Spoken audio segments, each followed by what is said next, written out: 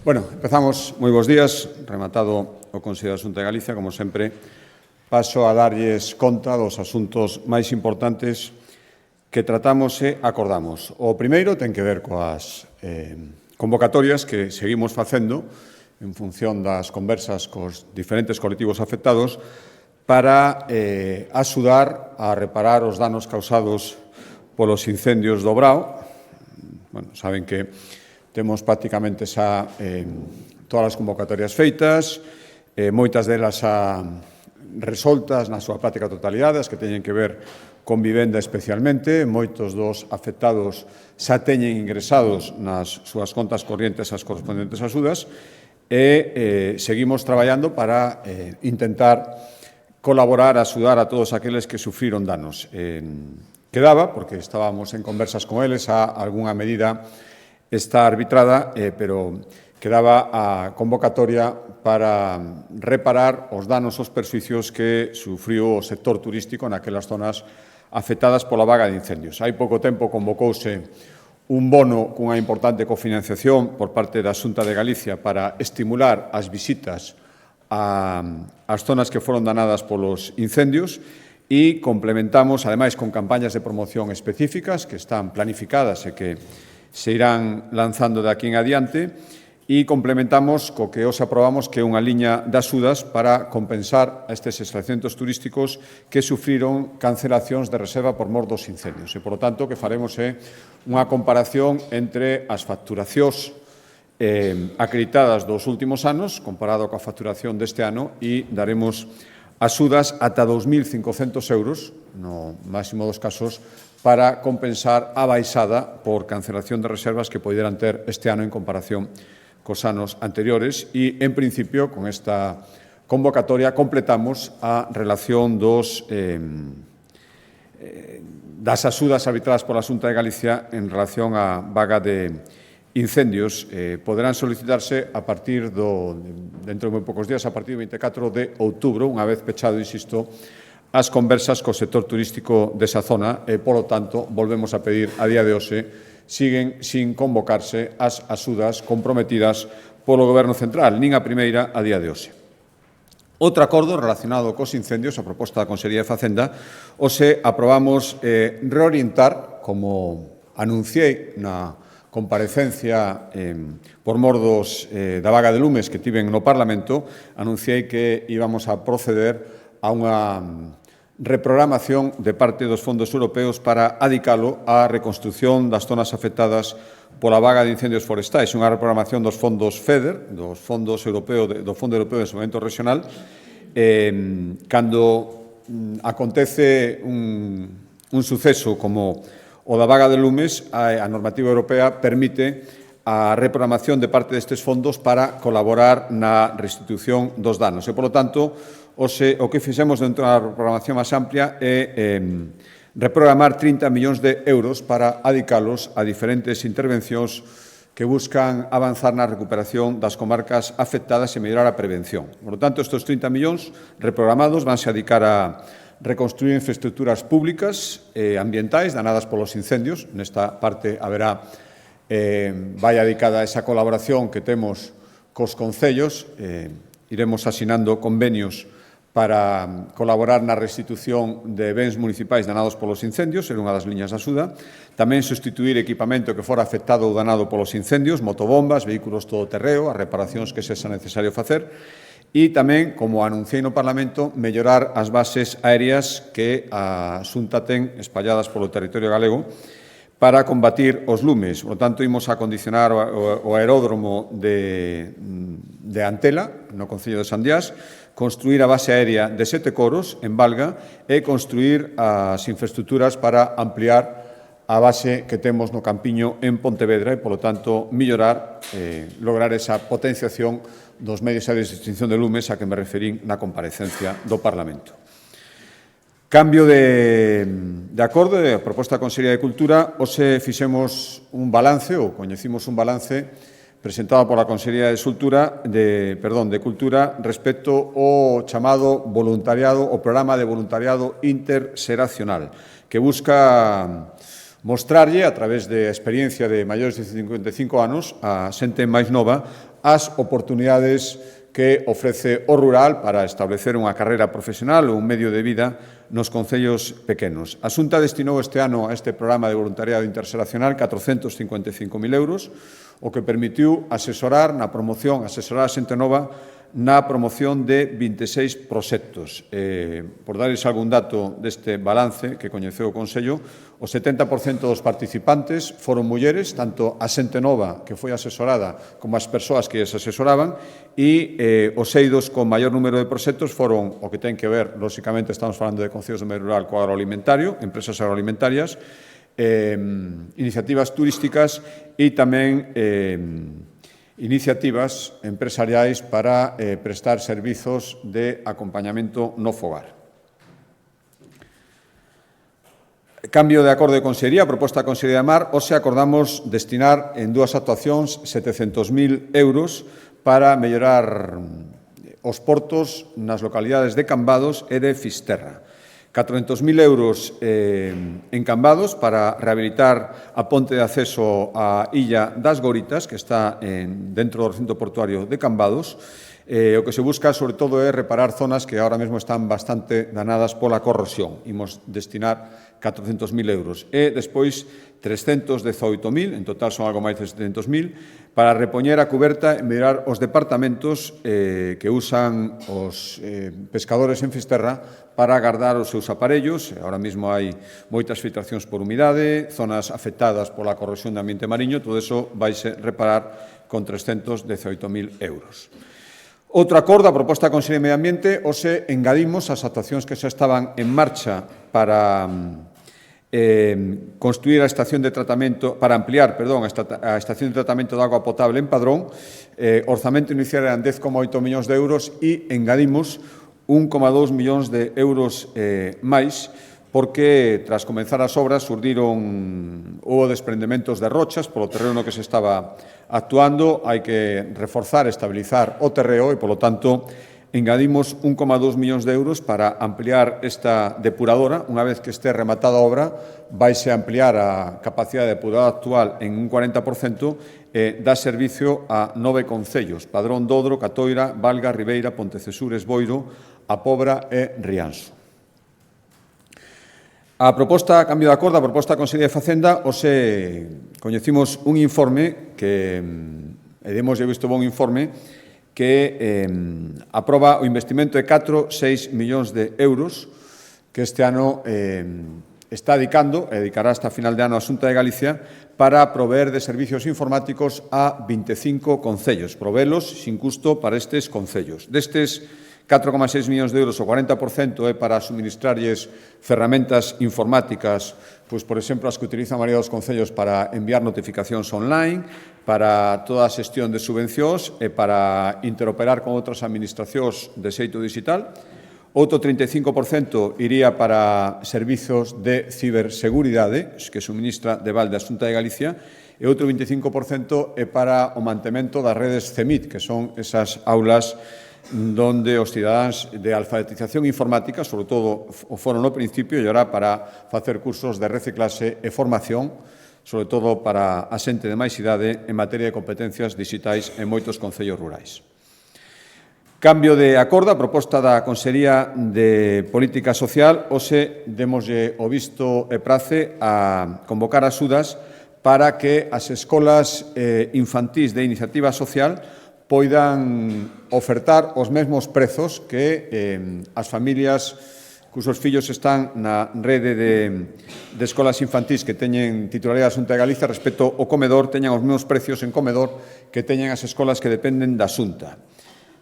Son 1,2 millóns de euros, polo tanto, as familias que máis paguen, moitas terán que pagar menos e algunhas sin recursos non terán que pagar nada, pero con esta axuda que concede a Xunta de Galicia, as familias que leven os seus fillos as escolas infantís de iniciativa social no comedor pagarán, no máximo dos casos, 74 euros o mes. O curso se veñen beneficiando destas axudas en cursos anteriores. O ano pasado, por exemplo, foron 43 escolas de iniciativa social e casi 2.200 prazas. E, polo tanto, este ano aspiramos como mínimo a manter estas cifras é axudar as persoas que leven os seus fillos en canto aos custos de comedor a estas escolas infantís. Cambio de acordo a proposta da Consellería de Educación. Tomamos o acordo ten que ver coa aposta que está facendo a Xunta de Galicia, que coñecen polo avance do I+D+I en Galicia. Coñecimos a semana pasada unha moi boa noticia, que imos ser unha das 6 novas fábricas de inteligencia artificial que existan en Europa, 2 en España, unha delas en Galicia, e pusemos en marcha, ademais, tamén recentemente, a liña de comunicación cuántica máis longa de España, que vai entre Santiago e Vigo. Por lo tanto, son avances que van consolidando o noso posto de referencia en materia de I+D e hoxe, para manter todo eso, tomamos o acordo de reformular o Consello Asesor en I+D+I de Galicia, que xa existe, pero queremos adaptalo a estas novas iniciativas, e o que facemos con esta reformulación é permitir a incorporación de profesionais que representen os avances que se están producindo ahora mesma en Galicia no eido da inteligencia artificial e da computación cuántica. Este Consello vai se encargar de asesorar, de propoñer e de avaliar as políticas públicas en materia de I+D. Unha das súas primeiras misións vai ser participar moi directamente na elaboración da Lei de Ciencia e Innovación de Galicia, que aprobaremos no Consello da Xunta de Galicia e enviaremos ao Parlamento, e con esta reformulación este Consello queda formado por 12 expertos de recoñecido prestigio en I+D+I. 5 relacionados directamente coa investigación, 3 coa investigación, pero relacionados tamén co ámbito das políticas públicas en materia de I+D, e 4 de empresas que teñan que ver co I+D en Galicia.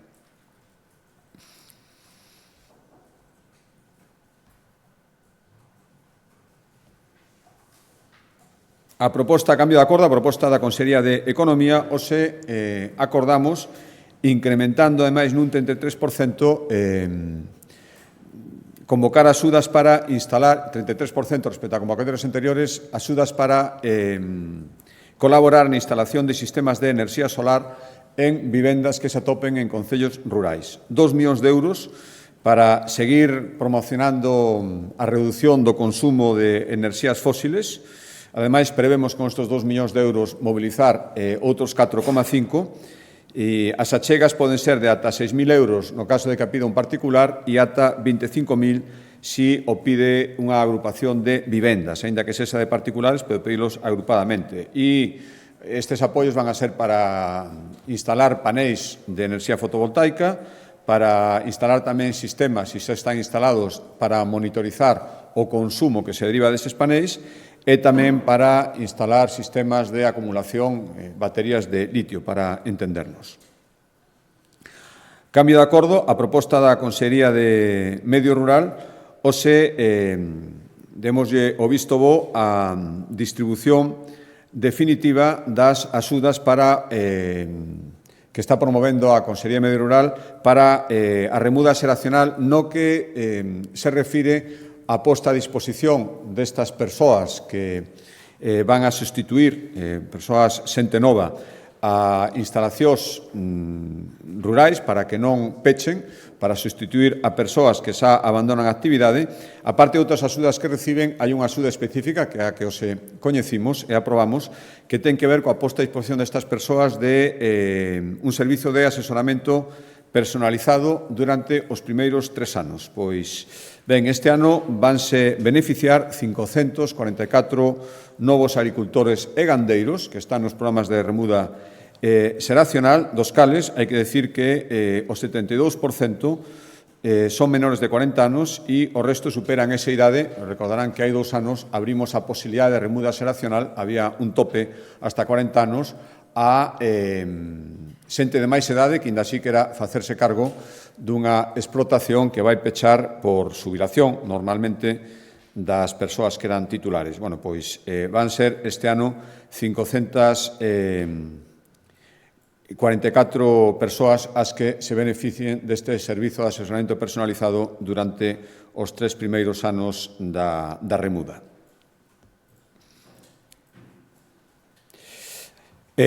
Cambio de acordo, acordos relacionados coa sanidade.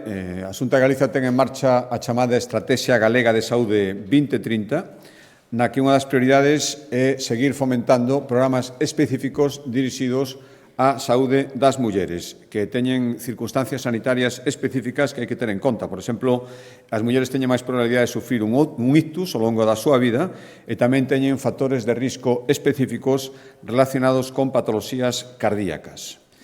É certo que xa avanzamos moito na formación e programas específicos dirixidos a mellorar a saúde das mulleres, pero queremos seguir avanzando e por iso hoxe aprobamos unha guía que se está elaborada, por lo tanto, sancionamos esa guía e xa acordamos que se empece a distribuir a través tamén de programas formativos unha guía dirixida aos sanitarios de atención primaria para seguir afondando en programas sanitarios específicos dirixidos ás mulleres. Vai estar centrada especificamente en enfermedades respiratorias, cardiovasculares, ou que teñan que ver coa saúde reproductiva das mulleres e o obxectivo é mellorar, seguir avanzando na mellora da detección e tratamento de patoloxías específicas do sexo feminino. Outro acordo da Consellería de Sanidade que ten que ver coas iniciativas que a Xunta de Galicia ten hai tempo respecto aos cribados relacionados co cancro. Temos boas tasas de coberturas bastante razoables, pero queremos seguir ampliando a poboación que se poida beneficiar destes cribados e poñer o foco especialmente nos colectivos máis vulnerables ou que teñen máis difícil neste momento acceder a estes cribados. Neste sentido, vai o acordo que tomamos hoxe que supón estender, por lo tanto ampliar, e vai ser a partir de 2 semanas ou así empezarán este programa de cribado, estender os cribados de cancro de colon, cérvix e mama ao persoal recluso nos 5 centros penitenciarios que hai en Galicia. É dicir, por primeira vez, ata agora non tiñan acceso aos cribados, saben que a sanidade penitenciaria é competencia do Estado, pero a Xunta de Galicia, a través do Servicio Galego de Saúde, decide estender estes cribados a este persoal, a estas persoas que están cunha pena penitenciaria que non tiñan acceso, insisto, aos cribados, non se suministran dende a Sanidade Nacional e, polo tanto, isto vai supoñer que os presos por primeira vez podan realizar na mesma prisión os test de recollida de mostras para cancro de colon e cérvix, vaise facer nos propios centros penitenciarios e tamén para o cancro de mama as reclusas vanse ampliar a convocatoria a todas as reclusas que estén na franxa de idade diana agora mesmo, nos cribados que entre os 50 e os 74 anos e que serán trasladados aos hospitais para facer a hospitais de referencia para facer as mamografías e as probas que sexan necesarias. Estamos falando con esta ampliación de unha población diana de ao redor de 4.500 novas persoas que ata agora non estaban no ámbito obxectivo dos cribados e que agora pasan a estalo con este acordo que hoxe tomamos. Cambio de acordo, a proposta da Consellería de Vivenda e seguindo co obxectivo de duplicar, xa coñecido, de 4.000 a 8.000 as vivendas de promoción pública e máis de 20.000 as de colaboración público-privada, hoxe acordamos iniciar os trámites para desenvolver solo residencial no Concello de Marín co obxectivo de construir 400 novas vivendas. Vai ser na zona das Raposeiras, en Marín, e o obxectivo, isto de colaboración público-privada, é que o 80% das futuras vivendas que se construyan, é dicir, 320, teñen que ter un sistema de protección para o acceso ás mesmas. Outro acordo da mesma Consellería, pero neste caso na competencia en infraestructuras, que ten que ver coa extensión da rede viaria coa que estamos traballando con intensidade nestes anos e especialmente durante esta legislatura. Recordarán que no ano 2024 rescatamos as 4 autopistas que tiñan peaxe en sombra, a forro de 30 millóns de euros que se están adicando a novas infraestructuras e isto ten que ver co acordo ao que ora me vou referir. Anunciábamos hai poucas semanas 40 millóns de euros para ampliar a autovía do Salnés, tamén que antes de que remate o ano estará rematada a segunda fase da autovía entre Santiago e Estrada e a terceira a punto de comenzar a súa execución. Bueno, son algunhas das mostras dos acordos para a execución de infraestructuras que seguimos facendo e o de hoxe consiste en aprobar o proxecto de trazado que vai permitir culminar a transformación do corredor Nadela-Sarria nunha vía de alta capacidade. Con este acordo que hoxe tomamos, a aprobación do proxecto, queda rematada a autovía entre Lugo e Sarria, que vai dar servicio no eixo que atraviesa aproximadamente a 100.000 veciños e veciñas. Este proxecto que vai permitir é realizar o desdobramento do último treito que quedaba, o treito entre Nadela e a Pobra de San Xiao, e o investimento, este proxecto, vai supoñer 37,4 millóns de euros cando se licita. Son 13,15 kilómetros que atravesan varios concellos, Lugo, o Corgo, o Páramo e remata na Pobra de San Xiao, no concello de Láncara. O obxectivo, unha vez que está aprobado o proxecto, é licitar as obras inmediatamente e poder inicialas no ano que ven, no ano 2026, unha vez que estén iniciadas. A previsión que consta no proxecto que os aprobamos é unha execución de 30 meses. Por lo tanto, empezando o ano que ven, a partir de aí 30 meses para rematar completamente a transformación desta vía rápida nunha autovía. Últimos dous acordos, o penúltimo ten que ver, é un acordo conxunto entre a Consellería de Emprego e a Consellería de Política Social. Recordarán que a Xunta de Galicia asumiu o compromiso de redactar un protocolo para protexer aos traballadores e traballadoras, na súa maioría, dos servizos de atención ao fogar, dos SAFs, de carácter municipal, protexelas ante calquera tipo de violencia que poideran sufrir. Coñecimos hai poucos meses o desgraciado caso que rematou, ademais, coa morte dunha das traballadoras. Decía que un acordo conxunto porque a redacción do protocolo está feito polo ISGA, que depende da Consellería do Emprego, e agora a súa difusión e a súa implantación trasladaremoslle este protocolo á Federación Galega de Municipios e Provincias e a partir de agora a coordinación da Xunta de Galicia corresponderálle á Consellería de Política Social. A prevención é contra calquer tipo de violencia que poidan sufrir estes traballadores no eido laboral, física, psicolóxica, sexual,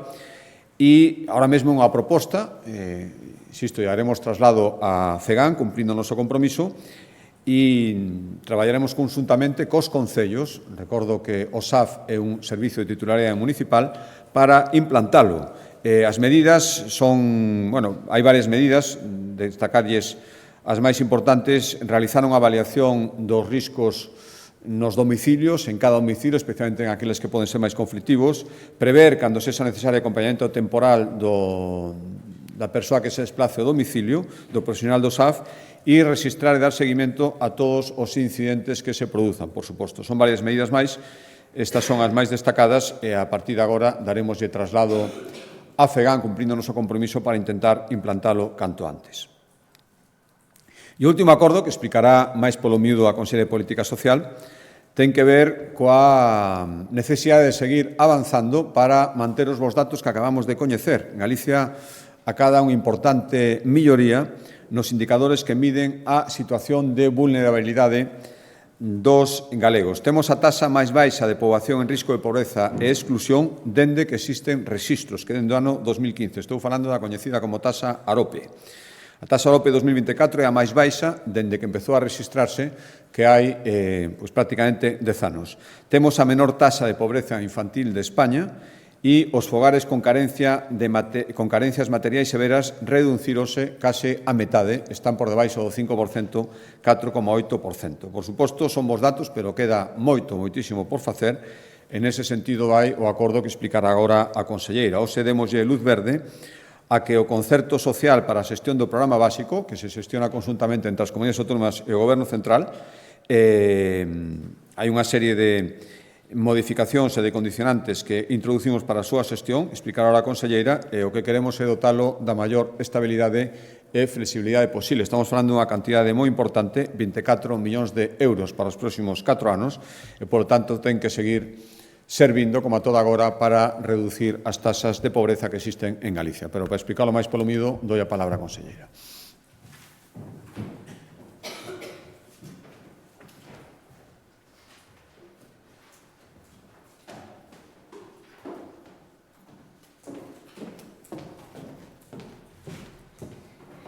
Bueno, pois, bos días, moitísimas gracias, presidente. Como ben saben, o vindeiro venres, día 17, conmemórase o Día Internacional para a Erradicación da Pobreza. Polo tanto, no marco desta data e no Consello de hoxe deuse conta dun informe sobre a evolución do risco da pobreza e da exclusión social en Galicia.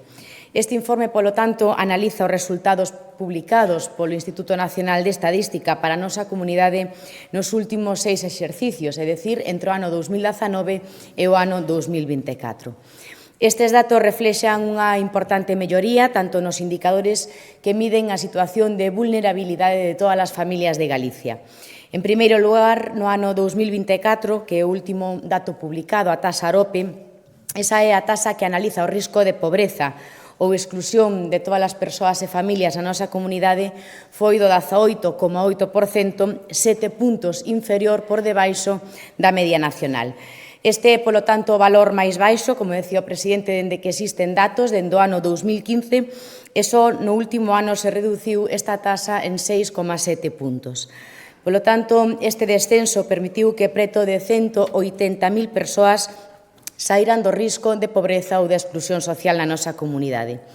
Ben, en segundo lugar, se nos fixamos na poboación infantil, a taxa AROPE é do 16%. É a taxa máis baixa a nivel nacional e tamén está moi afastada da media que supera nestes momentos o 34%. Neste caso, tamén somos a comunidade que máis reduciu no último ano, case 10 puntos porcentuais esta taxa. E somos nestes momentos a única rexión de España que acada esos obxectivos de desenvolvemento sostible fixados pola ONU. En terceiro lugar, outro indicador que revela os avances da nosa comunidade na loita contra a pobreza é o que mide a incidencia de material severa. Esta taxa se reduciu nestes momentos á metade no último ano, agora estamos no 4,8%, que estamos moi por debaixo da media nacional, que é dun 8%. Estes datos, polo tanto, poñen de manifesto que Galicia avanza no seu obxectivo de erradicar a pobreza, de erradicar a exclusión social, pero tamén constatan que neste ámbito temos un escenario moito mellor que o resto das comunidades a nivel nacional. Pero, como decía o presidente, non debemos de darnos por satisfeitos, non debemos, en ningún caso, baixar a garda e as conclusións deste informe indican que hai que seguir traballando nesta liña. Traballando para que a pobreza non se faga en ningún caso crónica, senón para que todas as persoas que se atopan nun momento puntual da súa vida nesta situación poidan recibir as distintas axudas económicas para superar esta situación, para sair do bache, pero tamén axudalos a que continúen adiante cos seus proxectos de vida e se poidan incorporar o antes posible ao mercado laboral. Neste sentido, Galicia xa tivo iniciativas innovadoras en momentos moi difíciles, en momentos complicados, que sinalaron o camiño a seguir en situacións claramente excepcionais. Galicia, como ben saben, foi pioneira na implantación dunha tarxeta moedeiro, a que chamábamos a tarxeta básica, para cubrir as necesidades de todos os fogares con menos recursos en situacións extraordinarias como foi no momento máis duro da pandemia da COVID-19. Cando se puso en marcha a tarxeta básica se beneficiaron 75.000 persoas deste programa e un modelo que non deixou indiferente a ninguén e, polo tanto, levou ao Goberno central a imitar o ano pasado esta medida e poñela en marcha con fondos europeos denominándolle o programa básico. Un programa que exactamente igual que como acontecía na Xunta de Galicia consiste nunha tarxeta moedeiro, nunha tarxeta que poden utilizar todas as familias que se atopan en risco de exclusión ou en risco de vulnerabilidade e con esta tarxeta van a poder comprar por distintos produtos de hixiene ou distintos produtos de alimentación. Até este momento, aquí en Galicia, o programa funcionaba a través dun convenio coa Cruz Vermella, que era encargada de xestionalo, pero a partir de agora, tal como acaba de aprobar o Consello da Xunta, se desenvolverá a través dunha figura que tamén utilizamos noutros ámbitos, como é a discapacidade ou menores, que a través da figura do concerto social, o que permitirá dotar a este programa de estabilidade, pero tamén nos permitirá ter máis flexibilidade. Este concerto social para o programa básico estará vixente durante 4 anos, estará vixente ata o ano 2029, cun investimento de máis de 24 millóns de euros financiado a través de fondos europeos e fondos propios da Xunta de Galicia. Un orzamento que tamén ten a posibilidade de incrementarse no momento en que sexa necesario e tamén no momento en que se vayan incrementando progresivamente todos os fondos que se destinan a Galicia. As tarxetas deste programa básico se lle entregarán á familia, terán unha validez de 12 meses, son sempre 12 meses prorrogables e as contías oscilan entre os 130 e os 220 euros mensuais en función da composición da unidade familiar. E tamén se poderán empregar estas tarxetas moedeiro nas distintas tendas dun establecemento colaborador dun supermercado que este en este programa. Todas as solicitudes de acceso a este programa se tramitarán a través dos servicios sociais de base e a entidade social que resulte adxudicataria deste concerto se encargará en este caso de realizarlle a distribución de todas as tarxetas ás distintas familias que o necesiten, se encargarán do seu control e tamén se encargarán de controlar o seu uso, pero así como tamén se encargarán de darlle toda esa información que necesiten sobre os servicios sociais disponibles, tamén darlle asesoramento sobre a xestión dun orzamento doméstico e tamén promover hábitos de alimentación saludable. A previsión que temos é que ao redor de 8.000 persoas se beneficien cada ano deste programa e, polo tanto, con este acordo, a Xunta de Galicia o que quere garantir unha vez máis é o apoio e o acompañamento a todas as familias de Galicia que se atopen en situación de vulnerabilidade. Pero tamén temos que insistir en que este programa básico, tal e como o concibiu o Goberno central, ten importantes carencias, ten importantes eivas, como é a máis importante, é que non vai a chegar a todas as familias, senón que é unha tarxeta que se vai a destinar a todas as familias que teñen menores ao seu cargo. Polo tanto, deixa fora a outras posibles familias que poidan ser beneficiarias deste programa.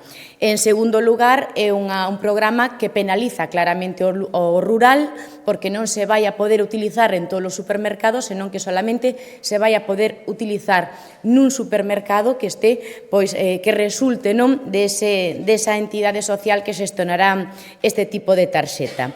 En terceiro lugar, foi un programa que xa dende o seu inicio foi posto en marcha de forma errática por parte do Goberno de España, con distintos aprazamentos, con criterios moi pouco claros e, dende logo, sen acordarse coas distintas comunidades autónomas. Isto provocou que moitas comunidades autónomas fosen incapaces de poder executar este orzamento durante o ano pasado, durante o ano 2024, e, por suposto, non foi o caso de Galicia que utilizamos a totalidade dos fondos para poñer en marcha este programa. Isto é todo, e moitas gracias, eu quedo a disposición por se hai algunha dúbida.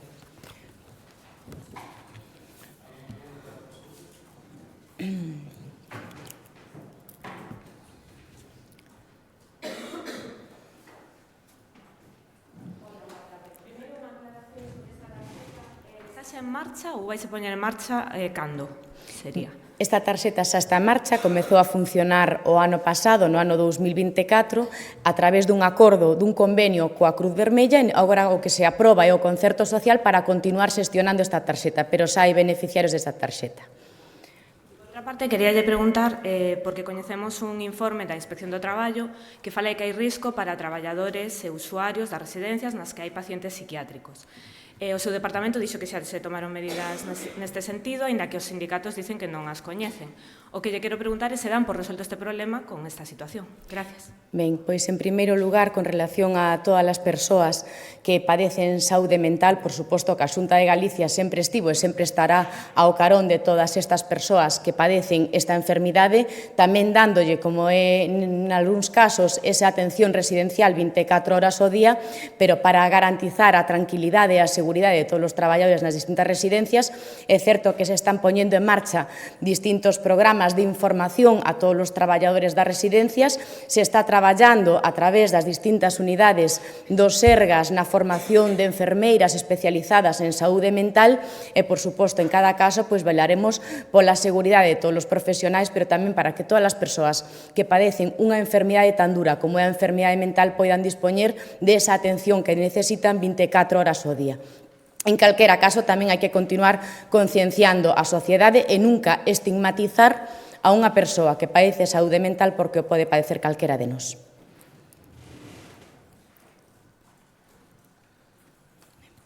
Moitas gracias.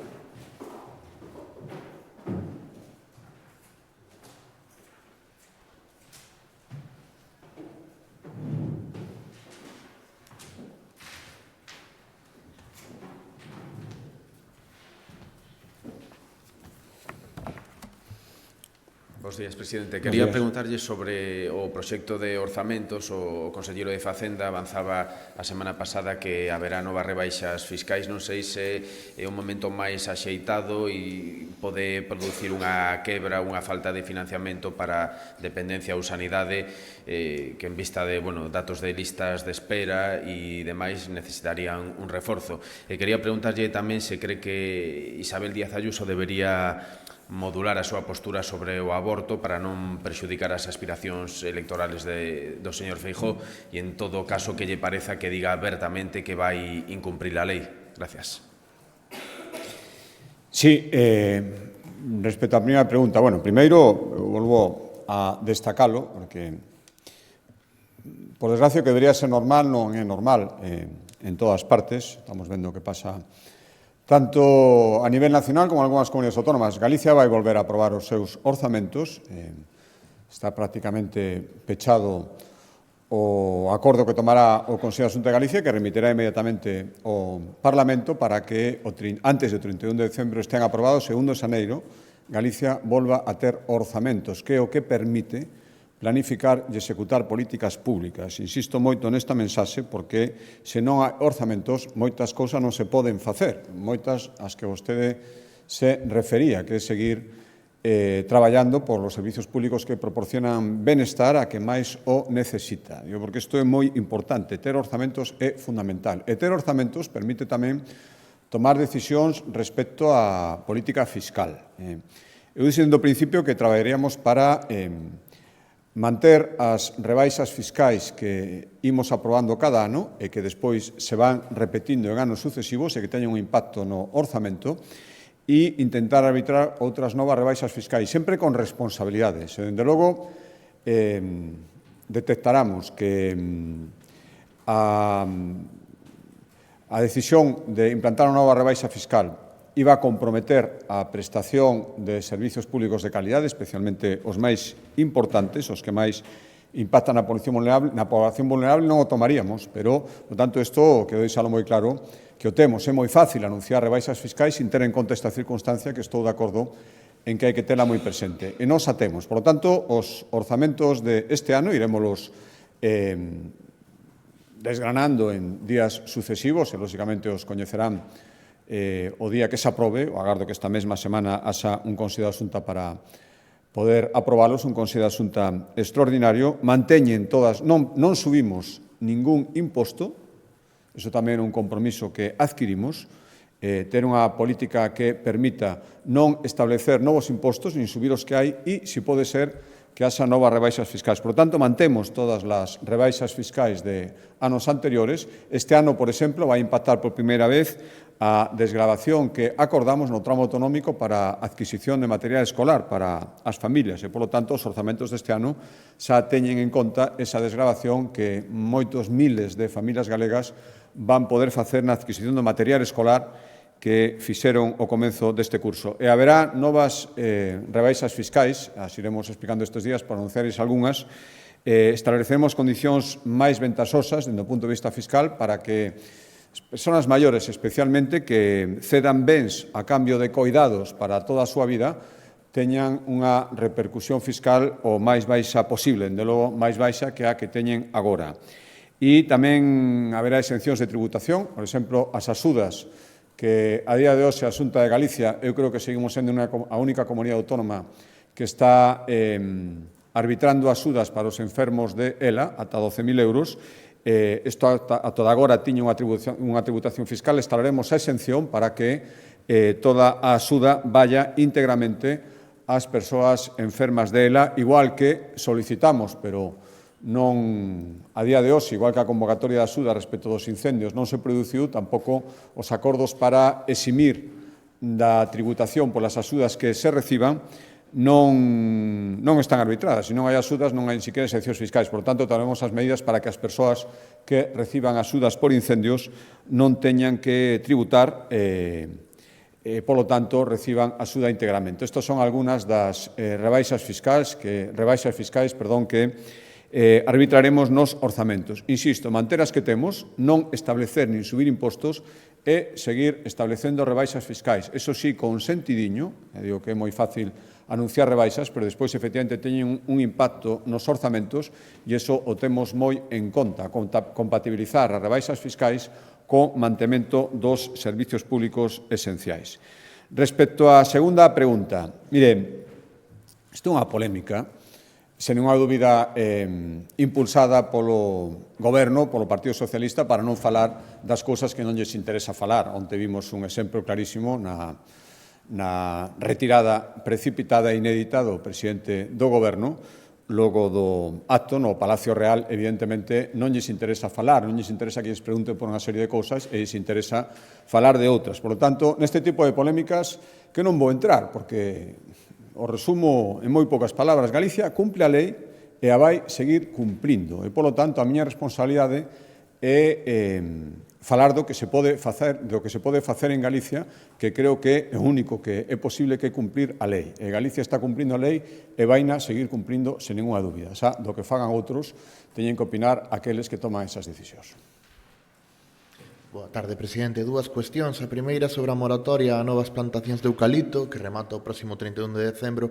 E nos últimos meses foi obxecto de intensos debates. Os enxeñeiros forestais da Xunta, a Asociación Profesional de Enxeñería Forestal da Xunta de Galicia pide manter a moratoria, advirte da proliferación de plantacións ilegais e advirte tamén durante a moratoria que a Xunta non aproveitou para regular a especie.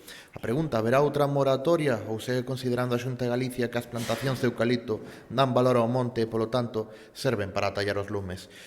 Seguinte cuestión, levamos xa unha semana de folga no Servicio de Radioloxía da Área Sanitaria de Vigo. Neste tempo foron moitos os pacientes que se viron afectados polos paros, tendo que voltar ás súas casas en as probas radiolóxicas que precisan. Dende o Comité de Folga denuncian que existe un problema estructural e de organización do servizo, onde non piden nin máis cartos nin novas contratacións, ou un axuste nos cuadrantes para contar con 3 radiólogos nas gardas e non cos 2 destos momentos. Sinalan que as ofertas achegadas a todo de agora son insuficientes, que existen alternativas, pero que as autoridades sanitarias ou non as queren ou non se dan conta delas. As preguntas, hai programadas novas reunións para tentar desconvocar a folga nos próximos días e por que resulta tan difícil chegar a un acordo co personal de Radioloxía de Vigo? Grazas. Un momentiño, estou apuntando. Ben, respecto á moratoria, sí, estou de acordo. Vostede reflexaron as opinións e tamén as opinións no senso contrario. E, polo tanto, como gobernar e decidir, a Xunta de Galicia que corresponde tomar a decisión e nos próximos días será adoptada, explicada e baseada no interese xeral, sabendo que, bueno, estamos vendo agora mesmo, hai diferentes opinións, diferentes posturas, diferentes inclinacións respecto do que deberíamos decidir e, ao final, insisto, corresponde a Xunta de Galicia e tomaremos a decisión que queremos máis a caída para o interese xeral e, por suposto, será unha decisión coñecida. Ainda estamos en prazo e dentro do prazo será adoptada despois de moitas conversas e despois de escoitar moitas opinións, insisto, moitas veces opinións encontradas entre elas. Respecto á segunda pregunta, mire, efectivamente un conflito localizado. Radioloxía é un servizo que se presta en todas as áreas sanitarias, nos hospitais e existe unha situación a que vostede se refería, un conflito localizado especificamente nun hospital concreto. E, polo tanto, seguiremos traballando para intentar chegar a unha solución. Por un lado, se di que non se está pedindo nada e, por outro, se di que non convencen as propostas da Xunta de Galicia. Bueno, lóxicamente, a Xunta de Galicia ten que seguir un criterio homoxéneo en todas as áreas sanitarias, lóxicamente, adaptándose ás circunstancias, pero as propostas, a estructuración das propostas, ten que ser homoxénea en todas as partes e o que estamos facendo respecto a esta proposta. Eu espero que podamos chegar a un acordo e se funcione coa mesma normalidade coa que se funciona no resto de servicios que se prestan nas áreas sanitarias de Galicia en radioloxía. Boa tarde. Volvendo sobre o asunto do aborto, como mencionou o meu compañeiro, a súa compañeira Ayuso di que negase a cumprir a lei. Hoxe Feijóo falou de facer un rexistro dos médicos que sí aceptan abortar. Cree que falta un criterio sobre este asunto no seu partido? Gracias. Eu teño clarísimo. En Galicia estamos é o que di a normativa e estamos cumprindo, estamos na elaboración dese registro e, polo tanto, eu volvo a decir, creo que a lei debe cumprirse e nós estamos cumplindo. A partir de aí, entendo, non digo, por suposto, pola súa pregunta, pero entendo que o Goberno lle interesa moito que se fale deste tema para non falar doutros. Eu deste tema falo o que hai que falar, que é que a lei debe cumprirse, nós estamos cumplindo e eu non me plantees outra cousa. Boas, eu quería preguntarlle polas críticas da oposición, especialmente do PSDG, que acusou o seu partido de paralizar o Parlamento para irse de vacacións, e non sei que lle quere responder. Graciñas. Bueno, pois, en fin, sin comentarios. Se cree que eu me dedico a estas cousas, pois está moi ben, se esas son as críticas que cree que ten que facer o Partido Socialista respecto ao meu labor e o meu desempeño como presidente, pois moi ben, quedoume moi tranquilo. A decisión das miñas vacacións, explicada máis pola circunstancia dos incendios, unha circunstancia persoal, lóxicamente os políticos tamén somos persoas, lóxicamente a decisión do Parlamento foi a finais de xullo, creo, e todos sabemos cando foron os incendios, pero se este é o maior problema que o Partido Socialista cree que hai respecto á miña actuación, pois, en fin, benvido este tipo de oposición. Moi boas, presidente. Indo para Vigo sobre as declaracións do alcalde Abel Caballero destos días, que solicitou por segunda vez á Xunta que se designe un tasador independiente para valorar os activos do IFEBE de cara ao reparto de asientos na patronal e a ampliación do recinto. Gustaríanos saber que valoración fai a Xunta desta petición e se está disposta a aceptala. Mire, é que había un preacordo de finais do ano pasado, novembro, me parece que foi, donde, como sempre, para variar, ninguna novidade respecto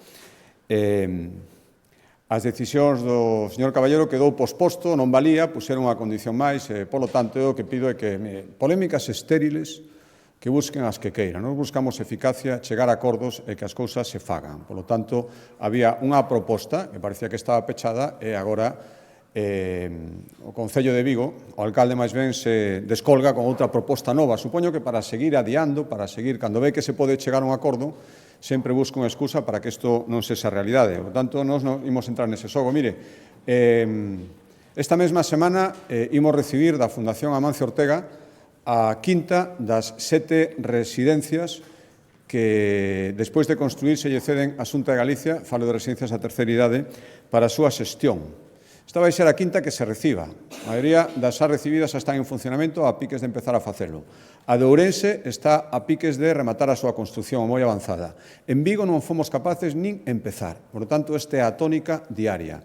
Acordos con todos os concellos de diferentes cores políticas. En Vigo, imposible facer nada. Por lo tanto, eu prefiro evitar polémicas, intentar chegar a acordos e que as cousas se fagan, funcionen e que os veciños as poidan recibir. Se outros teñen outro tipo de tácticas, comigo que non conten.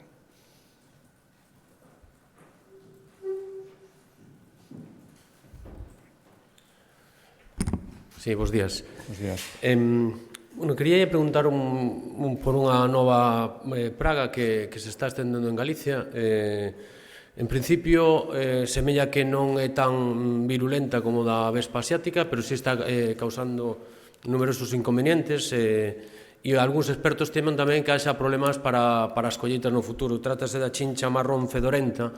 Non sei se a Xunta xa está facendo algún tipo de evaluación do que isto pode supoñer, xa que, bueno, é unha chincha, un animal que se está introducindo incluso nos fogares galegos. Depois quería preguntar tamén sobre a polémica aeroportuaria. Semella que marchan algunhas compañías como Ryanair, pero chegan outras, co cual parece ser que as taxas non son o problema. Se acaba de anunciar unha nova conexión a Estados Unidos, además con unha aerolínea de certo prestixio. E facendo unha comparativa de taxas turísticas, vemos que as taxas turísticas no Porto son moito máis caras que en Galicia, por exemplo. Se aquí a vuelos europeos son 8 euros e a voos internacionais 10, ali son 12 a voos europeos e 25 a voos internacionais. Como é posible que os billetes sigan saindo máis caros viaxando desde Galicia, en concreto desde o aeroporto de Santiago, que desde o porto. Quería preguntar se non é necesaria unha estrategia aeroportuaria de concentrar determinados voos nun aeroporto galego para evitar o mellor que a xente vai ao porto a coller un avión, non? E depois, quería tamén unha última cuestión sobre as listas de espera cirúrxicas que aumentaron con respecto ao pasado ano, e quero saber como explica esta subida na lista de espera. Graciñas. Sí, respecto á primeira pregunta, mire, directamente, pois o descoñezo. Eso é unha pregunta que ten que facer a Consellería de Medio Rural, especificamente os servizos veterinarios que loitan contra as pragas. O único que podo dicir é que cando se realizou a praga da vespa asiática, a Xunta de Galicia actuou. E creo que desa actuación, coordinada cos concellos e cos profesionais, sobre todo da apicultura, que eran os que estaban sendo máis danados, conseguimos unha reducción moi evidente, tamén é certo que depende das circunstancias climáticas, pero moi evidente da presencia desta vespa. Por lo tanto, se se convirte nun problema endémico, a Xunta de Galicia actuará, pero non lle podo decir nada máis respecto do caso concreto.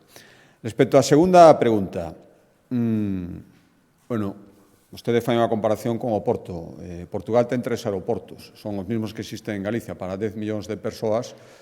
En Galicia non chegamos aos 3 millóns e temos 3 aeroportos. Por lo tanto, non é o mesmo un aeroporto casi central, xunto co de Lisboa, que os chamados aeroportos periféricos, que son os galegos e moitos outros. Eu que as tasas non teñan nada que ver, permítame que o poña en dúbida, que sesan a única cuestión, eso xa probablemente tampouco sexa así. E en todo caso, o que hai que facer é intentar unha coordinación. Temos a planta aeroportuaria que temos actualmente en Galicia e no resto de comunidades autónomas. Temos unha situación xeográfica que pode ser unha ventaxa para unhas cousas, pero tamén unha desventaxa para outras, e o que necesitamos é unha política que coordine todo isto. Non é simplemente esperar a que cheguen as compañías, porque sí, que tamén é certo que a promoción que estamos facendo, saben que Galicia optou por non subvencionar voos concretos, non facer subvencións directas ás compañías aéreas, pero sí facer unha promoción como destino. Na miña opinión, o anuncio que se fai agora deses voos directos a Nova York ven moito desa promoción, dese auxe que está tendo o turismo estadounidense a través do Camiño de Santiago especialmente, pero non só en Galicia, que fai que comercialmente sexe interesante. Ese é un dos camiños, e outro é a coordinación. E, por lo tanto, todos os intentos, a semana pasada había, o venres pasado, fixe unha semana, que houve unha reunión, un representante de AENA, saben que tivo que abandonar precisamente porque se iba un dos poucos avións que agora mesmo se manteñen en conexión con Madrid, non se chegou a ningún acordo. Eu sigo insistindo en que, por suposto, que a Xunta de Galicia ten que estar nestes temas, por suposto que os concellos teñen que estar, por suposto que todos os sectores interesados, empezando polo turístico, ten que estar, pero quen ten as competencias para tomar as decisións finais ten que estar dende o principio e coordinar toda esta política aeroportuaria. Eu trasladelle, ademais, todas estas cuestións ao ministro Puente, con ocasión da súa presencia na Illa da Tosa a semana pasada, e sen que non tiñamos ningún interés en confrontar con AENA, sino que temos interés en coordinarnos baixo o paraugas de AENA dende o principio para intentar revertir esa retirada de voos e captar novos voos. Pero facelo ao marxen de quen ten as competencias e a titularidade dos aeroportos non ten ningún sentido. Por tanto, eu agardo manter unha reunión en breve co propio presidente da AENA para tratar todas estas cuestións, que é unha cuestión complexa, unha cuestión que non ten unha solución única, pero temos que ter unha solución adaptada ao que Galicia son os seus aeroportos. E, por lo tanto, eu sei, sabemos todos que temos a competencia directa de Oporto, pero tamén que son circunstancias moi diferentes. Estamos falando dun aeroporto central frente a 3 aeroportos que están situados na periferia do noso ámbito xeográfico, que é o ámbito do noso país. Respecto á terceira pregunta, que era, perdón? Sí, bueno, coñecimos os datos. É certo que hai moito que mellorar, pero creo que non estamos recuperando os niveis de pandemia, pero en xeral, por exemplo, respecto a consultas hospitalarias, estamos nunhas cifras que indican unha mellor importante. É certo que aumentou moito as intervencións quirúrxicas e, polo tanto, os números poden, en algún caso, subir nese sentido, pero creo que estamos no bo camiño e temos que seguir traballando. A actividade quirúrxica, a actividade de consulta hospitalaria, a actividade sanitaria en xeral, tamén en primaria, aumentou moitísimo durante estes últimos anos, especialmente despois da pandemia. Creo que a estrategia do Sergas é aceitada para facerlle fronte a todo isto.